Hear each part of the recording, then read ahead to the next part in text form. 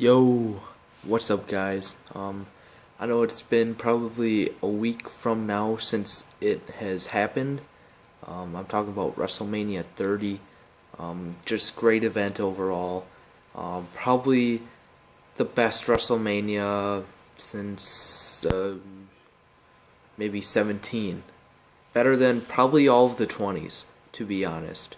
Just all around amazing. But yeah, this is gonna be kind of like my match and match by match kind of like review analysis. Then I'll talk a little bit about some of the segments they had, especially the opener. But let's just talk about the little pre-show for a minute. 2-hour pre-show. I didn't really watch it live. I kind of watched a little bit of the footage, but I did end up catching the match between the Real Americans, the Usos, Rybaxel, and the Matadors, and it was damn good for a pre-show match. Way better than Barrett and Miz from last year, but I think they're just trying to get people excited. Maybe I don't know. I guess just get people overall just more hyped for Mania. I mean, it's Mania itself. What do you need to be hyped for? But they gave a hell of a show, or a hell of a pre-show. Cesaro took the pin though, which didn't really make sense, but yeah. Out of 5, I'd probably rate it 3 stars. It was pretty good. It was entertaining. But the main show right now, you got the kick-ass opener with the jazz and everything, and then you get the opening segment led by Hulk Hogan, and then after that, at the Superdome. After that, you get Stone Cold Steve Austin. Then after that, you get The Rock. They're all doing their catchphrases. It was a very memorable moment. Very good opener.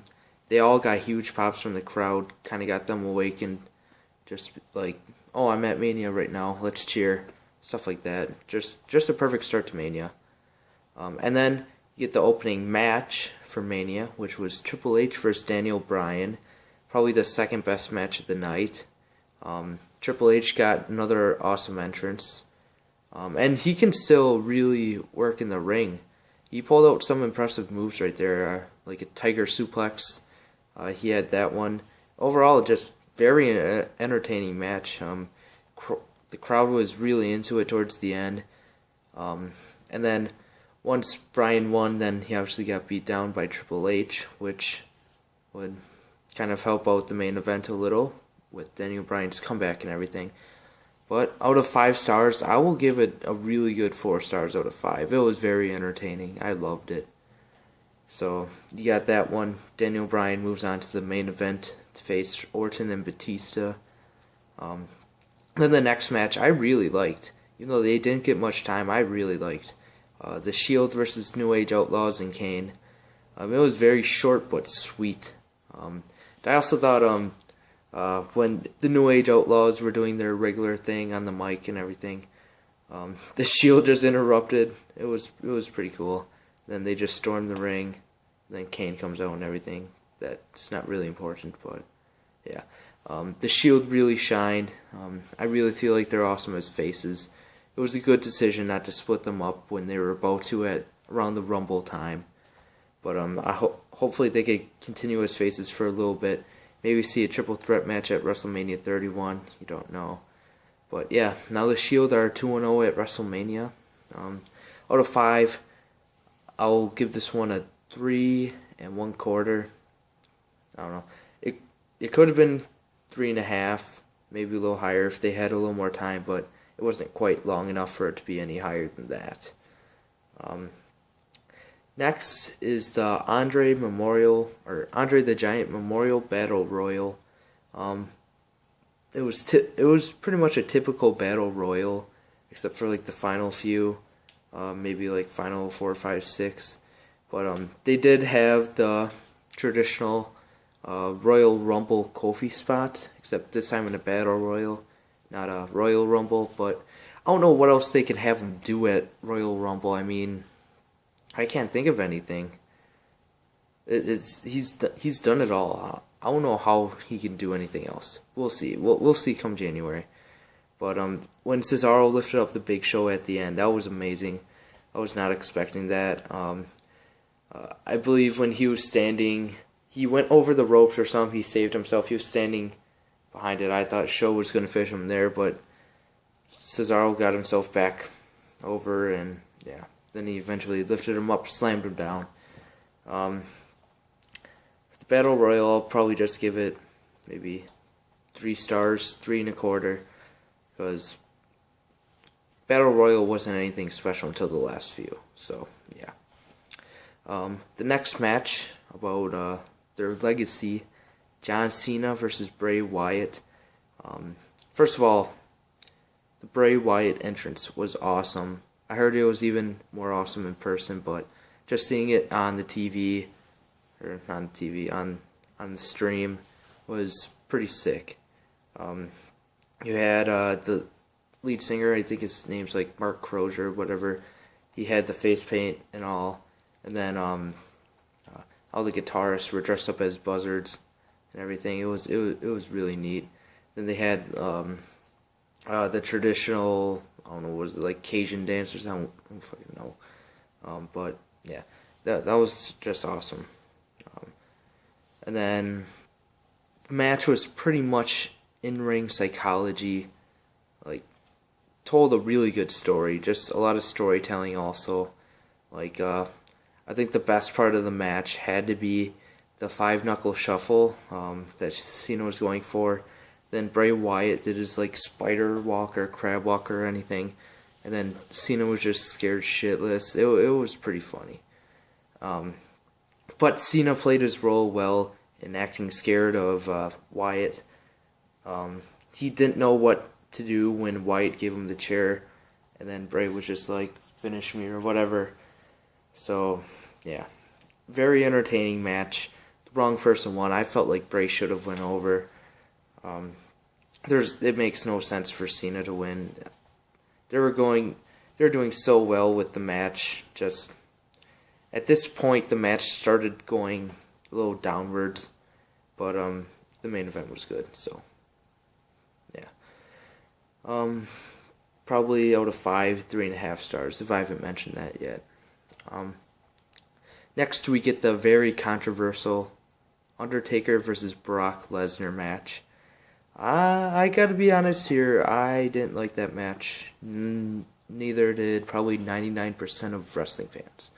Probably his worst match since WrestleMania 22, and that one still might beat this one. I mean, Undertaker's just old, I guess.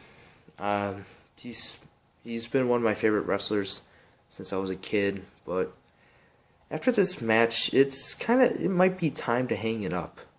If he can get a concussion and neck injuries or whatever from facing, well, I mean, it's Brock Lesnar, he's kind of rough in the ring, but I mean, like, just one match. The one match you come back from, you get injuries every year. God, he's just too old now, but it was so unexpected that Lesnar would win. I just feel bad for the one guy in England. I think he bet his like life savings on it just for like a sure $500 of winning or whatever, just on Taker, and Taker loses. But yeah, I can't believe the streak's over. I mean, you could just see how silent it was, and they kept it a secret and all. But I just really wish it was a better match. The pace was just really slow. I wasn't accustomed to Undertaker at that really slow pace. I really liked if they would have had a match like he had against Punk, which was it was a great match. If they had something even close to that, I wouldn't have mind having Taker lose. But Taker losing in a really bad match, I didn't like it that much. But yeah, out of 5, probably a 2, 2.5. It wasn't that good. And then after that, you get the Hall of Fame and everything. Rest in peace, Warrior. But that's just crazy. But we have the Divas Battle Royal to talk about, which is really important, you know. It was pretty meh, you know.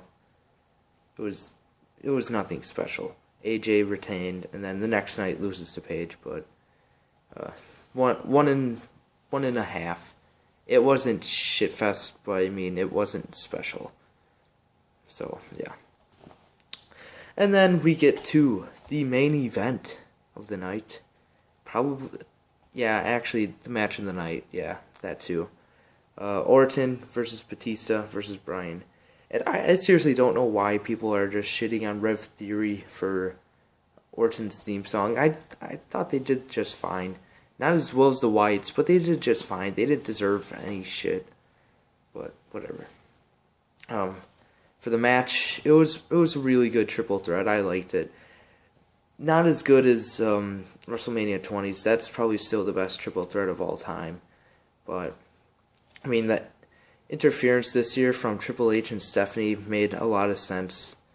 I mean, you could really tell from the end of the first match that when he injured Bryan at the end, that he would be coming back to make sure Bryan doesn't win it. But yeah, he eventually came through the crowd and everything.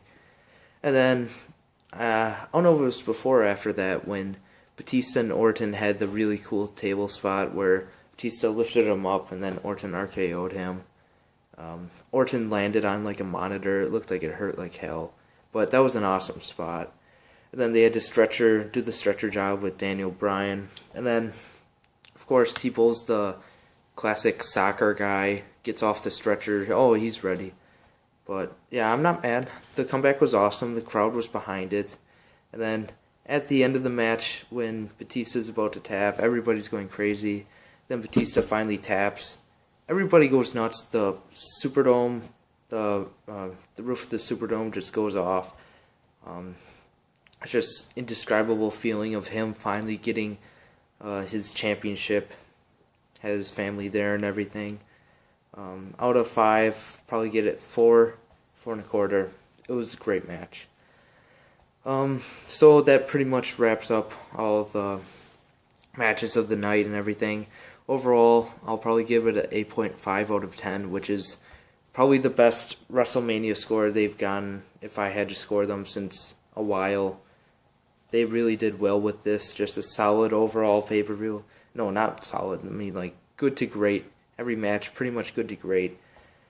So, yeah. Let me know your thoughts on WrestleMania 30. I might make a WrestleMania 31 predictions video sometime. So, please like, comment, and subscribe. I will see you guys later.